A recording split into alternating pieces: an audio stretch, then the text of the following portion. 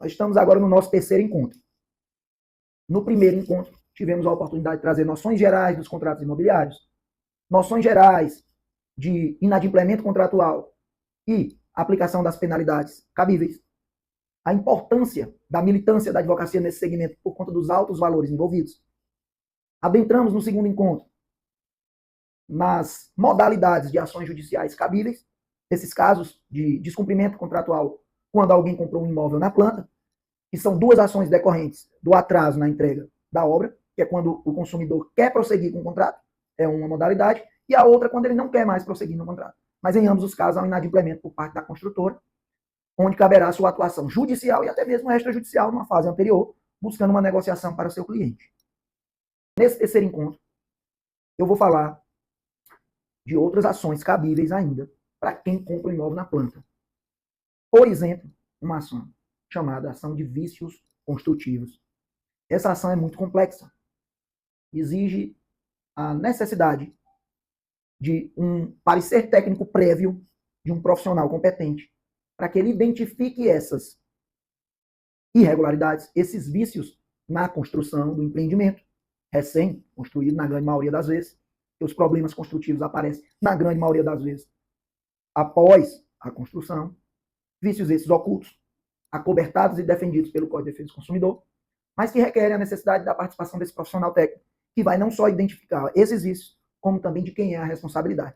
E de quem seria a responsabilidade?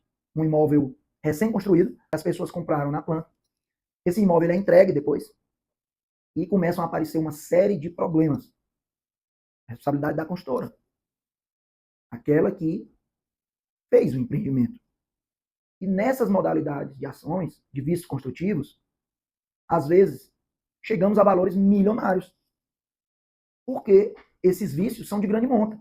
Às vezes é uma piscina que está dando um problema, precisa ser trocada. Às vezes são as fachadas. Todo o revestimento da fachada tem que ser substituído. Áreas comuns que apresentam defeitos de uma forma geral. Então, esses vícios construtivos, muitos deles estruturais, acarretam a necessidade de um parecer prévio técnico depois do ajuizamento dessa ação, onde nessa ação judicial será discutido através de uma perícia técnica, onde aquele teu técnico que você contratou previamente será o teu assistente técnico para demonstrar e comprovar a responsabilidade da construtora nesse empreendimento recém-entregue por ela mesma. E aí, novamente, aqui uma oportunidade muito grande de você, advogado, que quiser atuar nesse segmento, trabalhar com um valor da causa astronômico e com ganhos astronômicos para os teus clientes. Lembrando que, nesse caso, é uma ação que não será proposta por apenas um condomínio. É uma ação que será proposta pelo condomínio inteiro, o que maximiza teus ganhos. Vamos deixar essa parte dos honorários para o último encontro, a cereja do bolo. Mas, no tocante a essa ação de vícios construtivos, eu ainda gostaria de trazer aqui que, nessa modalidade de ação, você tranquilamente conseguirá não só ter honorários iniciais, como excelentes honorários de resultado. Até porque é uma ação mais técnica, é uma ação mais demorada e que merece, sim, merece honorários de maior monta. E eu ainda elencaria aqui uma outra ação direcionada àqueles clientes que adquirem imóveis na planta, muito atrelada à responsabilidade do fornecedor, muito vinculada essa responsabilidade à oferta. Quando uma construtora oferta determinado empreendimento, trazendo desde os primeiros encartes, por isso que eu digo para os clientes, guardem os encartes, guardem as publicidades, que hoje muitas são digitais. As promessas são dívidas. Nunca aquele ditado teve tão certo. No direito do consumidor, promessa é dívida. Se está sendo prometido ao adquirente todo um maquinário de equipamentos, de estruturas do empreendimento, uma área comum, com várias modalidades de serviços oferecidos aos adquirentes. Hoje em dia, os condomínios, a área comum está cada vez mais complexa, com home office, com brinquedoteca, com podcast até, áreas de lazer, piscinas, academias. Então, são muitos os benefícios e as promessas. E tudo isso tem que ser entregue conforme prometido. E aí vem o grande Detalhe, quando o empreendimento, lá na primeira aula a gente falou que antes de vender tem que ter o registro da incorporação. Quando ocorre o registro da incorporação, a construtora é obrigada a anexar na documentação um memorial descritivo do empreendimento, trazendo as especificidades do empreendimento. Tudo discriminadamente. Então, tudo aquilo que for prometido e não for atendido poderá ser exigido. Isso eu estou falando só da área comum. Ainda temos a área privativa. Também existem as promessas relacionadas à unidade imobiliária que está sendo adquirida. Dentro do todo. Lembre-se que estamos falando de imóveis adquiridos na planta. Então, existe uma previsão que vai ter 20 andares, 2 blocos, e cada apartamento terá uma área privativa X, uma área comum Y, uma fração ideal W. E no meio do empreendimento são feitos ajustes ilegais, reduzindo o número de andares, reduzindo o tamanho dos apartamentos. Então, quando isso ocorrer, é mais um descumprimento contratual, ofendendo de morte o Código de Defesa do Consumidor, por conta da oferta e da publicidade que foi feita, e por conta da documentação que guarnece esse empreendimento, que está lá no cartório de registro de imóveis arquivado. É só pedir.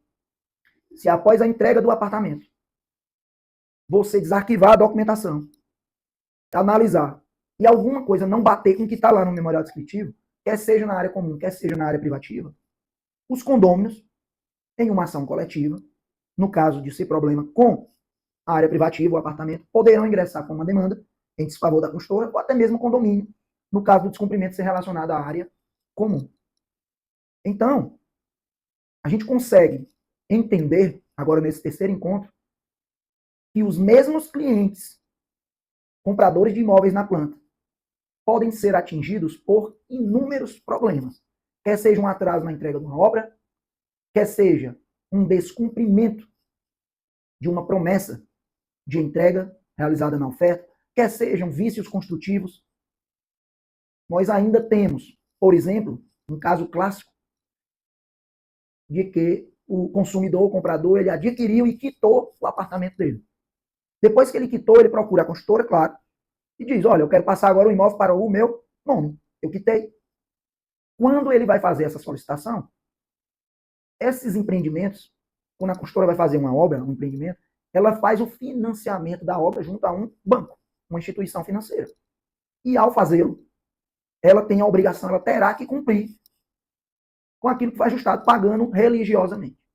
Quando a construtora, por um motivo ou outro, fica inadimplente com esse financiamento da obra, ocorre um sério problema. Aqueles adquirentes que começam a quitar, eles dependem não só da construtora, mas também do banco, para liberar a chamada VMD. O que é isso?